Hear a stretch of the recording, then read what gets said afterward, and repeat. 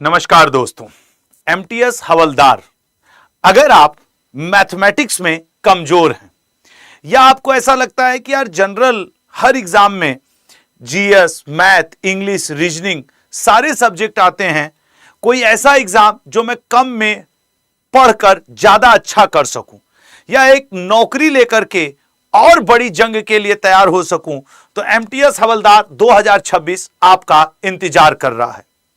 सबसे पहले तो यह बता दूं कि इसमें कौन कौन से सब्जेक्ट आते हैं और कौन लोग इन्हें भर सकते हैं। सबसे इंपॉर्टेंट, अगर आप 10वीं पास हैं, फर्स्ट पॉइंट, 10वीं पास अभ्यर्थी इसे भर सकता है, ठीक है ना।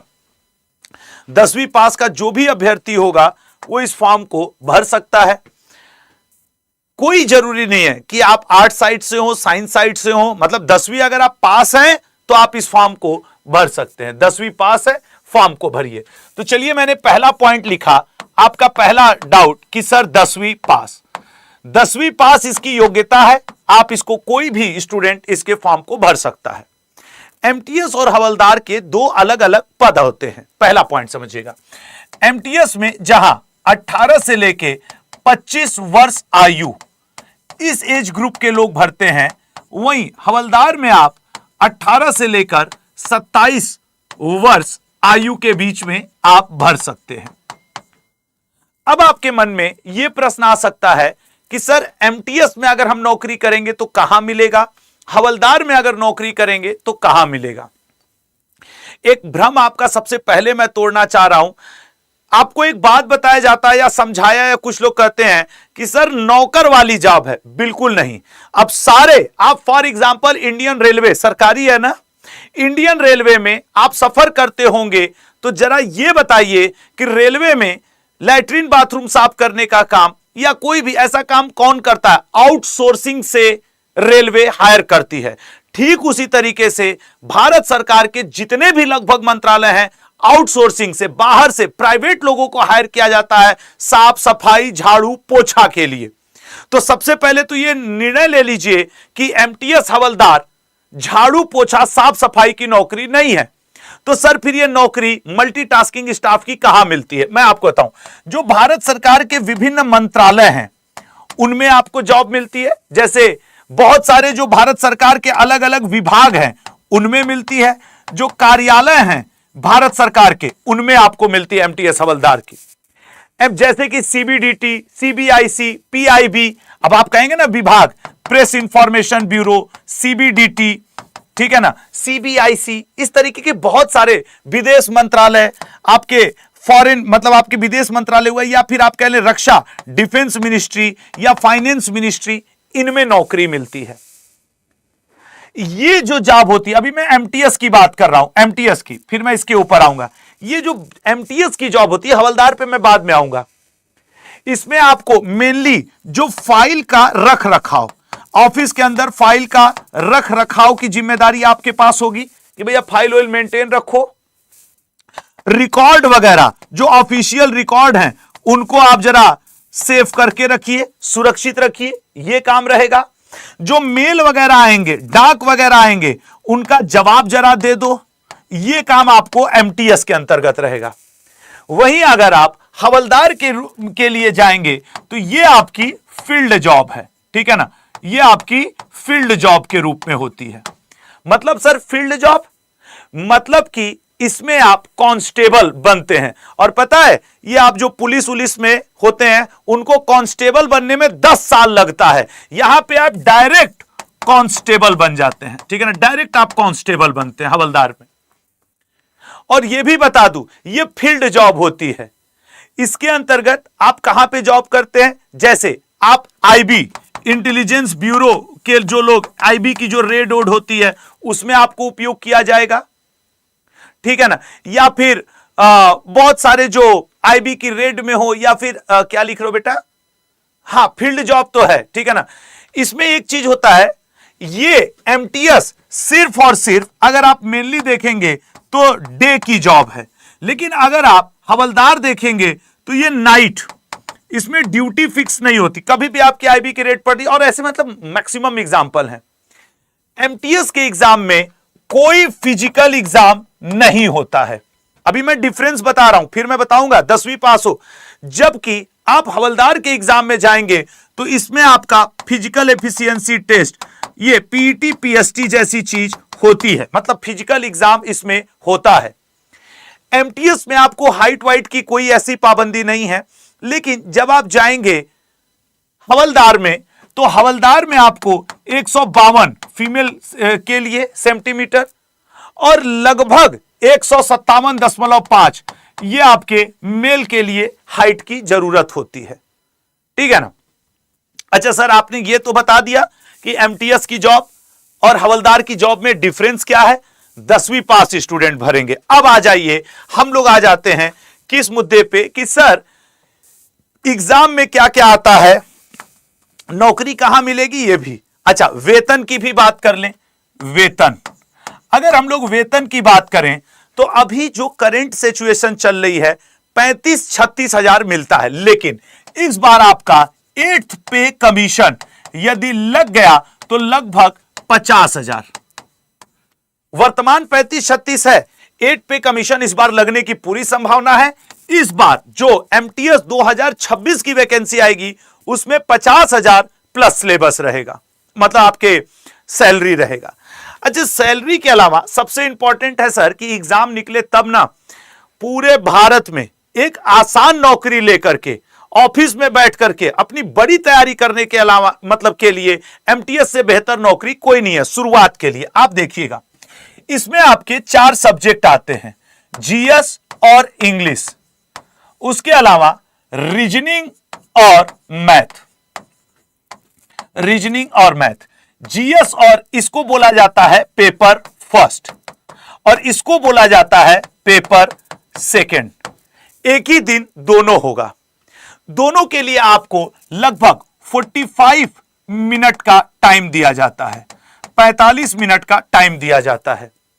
रीजनिंग और अगर आप इसकी बात करें तो इसमें भी आपके 20 प्रश्न, 20-20 प्रश्न आते हैं। 20 प्रश्न रीजनिंग का, 20 प्रश्न मैथमेटिक्स का, मतलब कुल 40 प्रश्न रहेगा, कुल 40 प्रश्न। और सबसे मजेदार बात कि इन 40 में से आपको कोई 12 प्रश्न, 40 प्रश्न में से कोई जनरल के लिए 12 प्रश्न करना होता है, क्योंकि ये क्वालिफाइंग इन नेचर होता है, करना होता है। और उससे बड़ी बात जो मैं आपको हरे रंग से लिख दूं, इन दोनों में निगेटिव मार्किंग नहीं होती, निगेटिव मार्किंग नहीं होती है, ठीक है। वैसे आप खुद कमेंट करके बताइए, पहले मेरी पूरी बात पूरी हो जाने दो। इस 40 प्रश्न में से निगेटिव मार्किंग ना रहे तो आप बताइए कितने प्रश्न कर लोगे? 12 कर लोगे। और जो लोग SC ST भाई बहन है उनको 9 या 10 क्वेश्चन करना होता है। हालांकि मैं यहां यह भी कहना चाहूंगा ज्यादा से, अच्छा यह भी नहीं कि सर इसमें 12 इसमें 12 नहीं, तुम मान लो इसमें 7 कर दिए, इसमें 5 कर दिए, इसी में 12 कर दो तो मैथ को छूने की जरूरत ही नहीं है। तुमने रीजनिंग में 3 किए, इसमें 8 कर दिए, या इसमें 4 किए, इसमें 8 कर दिए। सर हमने रीजनिंग में ही 15 क्वेश्चन कर दिया तो क्या मैं मैथ छू? मत छुओ। मतलब किसी भी तरीके से आपको सिर्फ और सिर्फ कितना नंबर लाना है? 40 प्रश्न में से 12 नंबर, 12 क्वेश्चन सही करना है निगेटिव मार्किंग में से। मजेदार है कि नहीं? सोचो 10, जब 45 मिनट ये पेपर दे लोगे तब आपके सामने आएगा अगला, और वो अगला क्या है सर? GS English. इसमें आपके 25-25 प्रश्न आते हैं, 25-25 प्रश्न, और निगेटिव मार्किंग होती है, ठीक है ना, निगेटिव होता है। यहां पे जहां पे आप जानते हो कि मैथ और रीजनिंग पेपर फर्स्ट केवल क्वालिफाई करना है, निगेटिव मार्किंग नहीं होता है, वहीं पे जीएस इनमें आप जितना, हर क्वेश्चन 3 नंबर का, एक क्वेश्चन 3 नंबर, ठीक है। मतलब कि आपके 25 क्वेश्चन 75 नंबर, 25 एमसीक्यू जीएस में और 75 नंबर का रहेगा। सेम 25 को, ये जीएस की बात हो गई, ठीक है ना। और इंग्लिश में भी सेम रहेगा, 25 एमसीक्यू आएगा और आपके पास 75 नंबर करने को रहेंगे। मतलब कि आपके जो खेल है वो खेल है इसी 150 नंबर का। इसी में आपकी कट ऑफ लगती है, इसी में आपकी रैंक डिसाइड होती है, यही आपको सिलेक्शन दिलाता है, यही आपको सिलेक्शन दिलाता है, ये आप जान लें। अब अगर आप एमटीएस पोस्ट के लिए भरे हैं, कोई फिजिकल नहीं, अगर आपने इस 150 नंबर में कट ऑफ क्वालिफाई कर लिया, इसका मतलब है डॉक्यूमेंट वेरिफिकेशन होगा बस। वहीं अगर आपने हवलदार का दिया है भैया, मतलब ना तुम उसका फिजिकल ना इसे चलते चलते निकाल लोगे, समझ रहे हो, चलते चलते निकाल लोगे। तो मेरा आपसे कहना है, यदि आप, और सोचो इसमें तुम 10वीं में हो गए, 50,000 प्लस सैलरी रहेगी इस बार से। अभी तक तो 35-36 हजार सैलरी थी, लेकिन अब आपकी 50,000 प्लस सैलरी रहेगी, क्योंकि 8वां वेतन आयोग इस साल लागू होने जा रहा है। यह आपको पता है 2027 में यूपी में चुनाव है, उससे पहले इसको लागू करवा ही लेगी गवर्नमेंट, क्योंकि यूपी जीत लेना मतलब देश का चुनाव जीत लेना। और एमटीएस हवलदार में यूपी, बिहार, कर्नाटक, राजस्थान, झारखंड के लड़के ज्यादा आते हैं, मानते हो कि नहीं? तो उनको यूपी जीतना है, और यूपी जीतना है तो 8वां वेतन आयोग दो, और इसलिए इस बार एमटीएस की वैकेंसी ज्यादा आएगी। एक रीजन तुमको यह भी बता दे, पिछली बार जो एमटीएस की वैकेंसी आई थी उसमें गवर्नमेंट ने शुरू में एमटीएस की वैकेंसी डिफाइन ही नहीं की कि कितनी लाएंगे। अब समझ में आ रहा है, पिछली बार कम वैकेंसी 7-8 हजार के आसपास थी, और 7-8 हजार को मैं कम मानता हूं भाई। देखो बात है साहब, कम से कम 20,000 प्लस आनी चाहिए, और वो इस बार रहेगा ड्यू टू यूपी चुनाव। तो अगर आप सिर्फ 2 सब्जेक्ट अच्छे से करना जान गए लाल, सिर्फ 2 सब्जेक्ट जीएस और इंग्लिश, तो मैं लिख करके दे रहा हूं, अभी आप के पास कम से कम 5 महीना है, 4 से 5 महीना इसके एग्जाम के लिए, आप निकाल ले जाओगे, ठीक है ना। आपको इंग्लिश में भी तुमको बता दूं, इंग्लिश में आपको मैं बता दूं, इंग्लिश टोटल आपके रटने के ऊपर डिपेंड करेगा, रटने के ऊपर। सोचो कि 25 नंबर में synonym, antonym, 1 word substitution, correct the spell, 2-2, 3-3, 3 question, 2 question, 3 question, 3-2, 5, 3, 8, 2, करीब 10 से 12 प्रश्न आपके रटने पे डिपेंड करते हैं। जो लोग अंग्रेजी से डरते हो जान लो, इस 25 क्वेश्चन में 12 प्रश्न आपके रटने पे, 7-8 नंबर का समझ भी लेना, active, passive, direct, indirect. Paragraph भैया तुम इसमें अच्छा कर लोगे।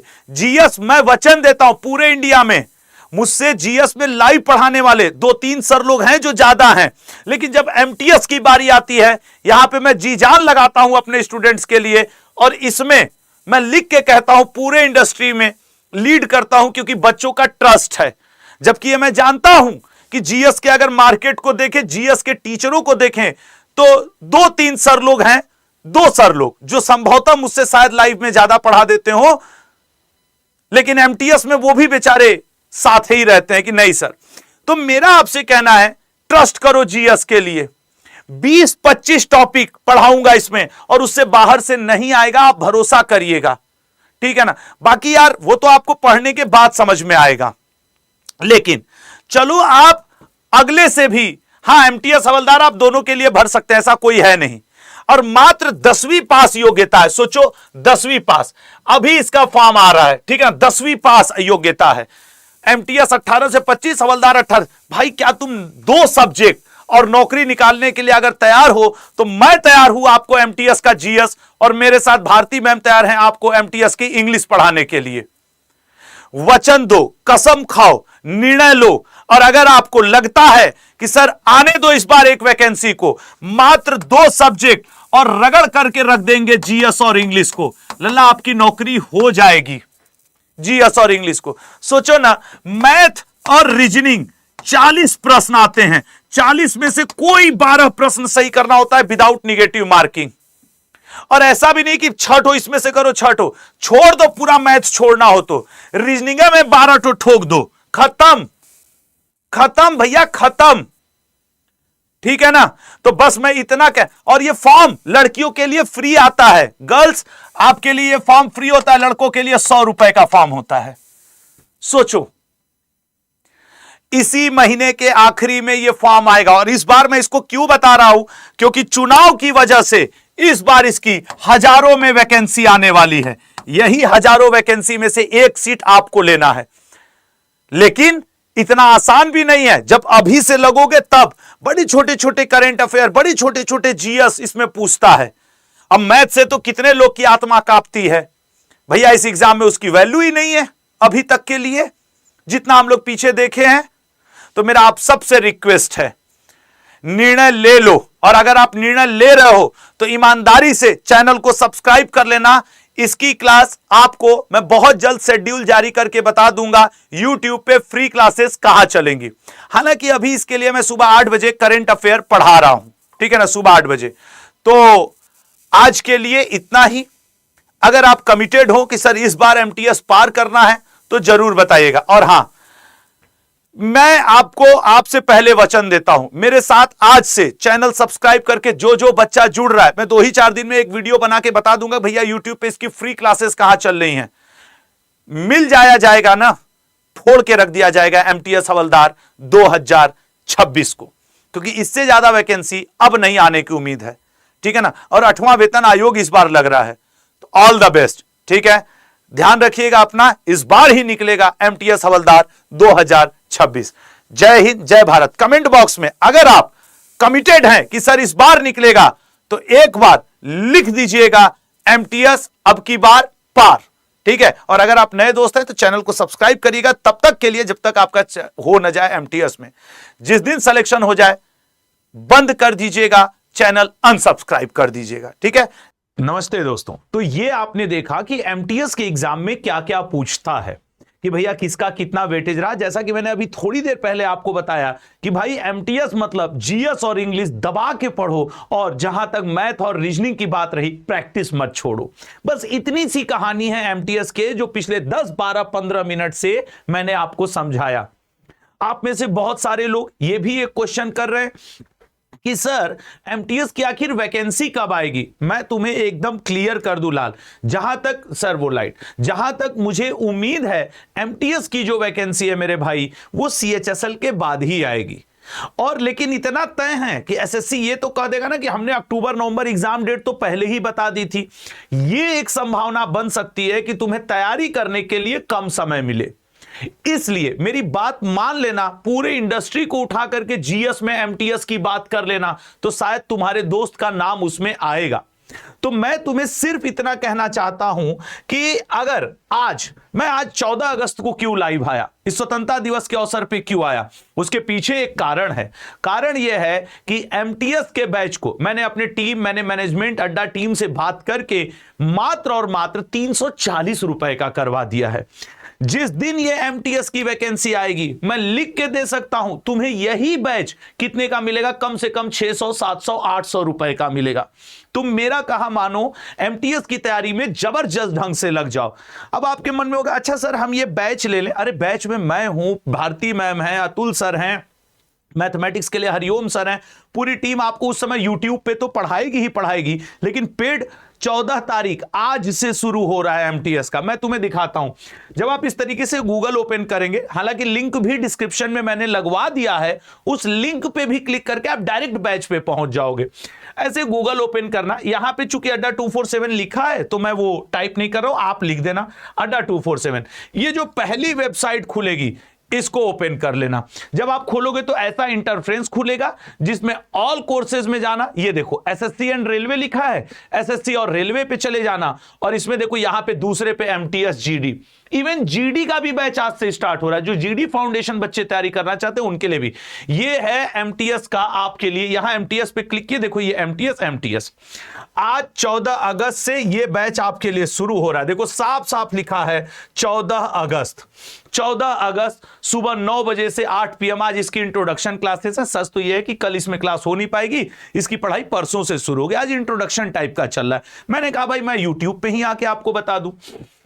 ये बैच आपको 364 नहीं, आपको करना क्या है, सिर्फ एक छोटा सा कूपन कोड लगाना है लाल, और वो कूपन कोड आप जानते हो, यहां इसको कट कर देते हैं हम लोग, ठीक है ना। कूपन कोड है Y182।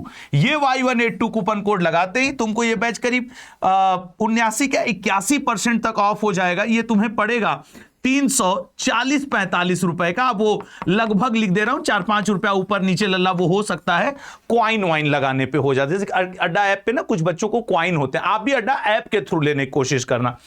तो ये मैं एक बात पुनः आपसे ये कहना चाहूंगा, देख लेना लाल, मात्र 10वीं पास की ये वैकेंसी है, 2 सब्जेक्ट का जंग है, जीएस और इंग्लिश, और आपके हाथ में आपका भविष्य है अगले 3 से 4 माह में। अगर इसमें चारों सब्जेक्ट दम लगा के पढ़ने होते, मैं कतई 3 से 4 माह न लिखता, कम से कम 7 से 8 महीना लिखता। लेकिन मैं तुम्हें आज 14 अगस्त को यहां पे वचन देता हूं, इसको मैं कूपन कोड नहीं वचन कोड कहूंगा। तुम इस कूपन कोड से जो बच्चा आज इस बैच में 15 अगस्त से पहले इनरोल होगा, उसके सिलेक्शन पे अड्डा के ऑफिस बुला करके उसका डबल पैसा वापस किया जाएगा। 3rd AC का आने जाने का किराया भी दिया जाएगा फाइनल सिलेक्शन के बाद, डबल पैसा वापस सम्मान समारोह के साथ। ये मेरा आपसे वादा है। जितने ध्यान से सुन लो, मैं तुमको क्या ऑफर दे रहा हूं एक अपनी तरफ से, बड़े भाई दोस्त होने के नाते। जितने लोग Y182 लगा के आज 340 रुपए में इस फाउंडेशन बैच से जुड़ रहे हैं, टारगेट बैच से, वो अपने माता पिता में से किसी एक को जहां भी रहते हैं लेकर के आफ्टर सिलेक्शन आइएगा। एक सम्मान समारोह होगा, आपके आने जाने का 3rd AC का किराया और इसका 340 का आपको 680 रुपया वापस किया जाएगा। वो अब कोई पैसा नहीं होगा, एक सम्मान होगा, वो हमारा आपका प्यार होगा लाल। तो मेरा रिक्वेस्ट है, आज से पहले मेरी एक सिंगल वीडियो तुमने नहीं देखा होगा कि मैंने किसी बैच के लिए रिकमेंड किया होगा इस पूरे अगस्त या जुलाई में। बट जब मुझे लगता है ना मैं उसी मिडिल क्लास फैमिली में हूं जिसमें 50-100 रुपए भी मायने रखता है, तो फिर मैं आकर के आपको बताता हूं। ये अवसर है और इस अवसर का लाभ उठाना। 14 अगस्त आज से ये बैच स्टार्ट हो रहा है, तो मेरा आप सबसे रिक्वेस्ट है कि इस बैच का फायदा उठाना maximum. Thank you so much. जय हिंद, जय भारत।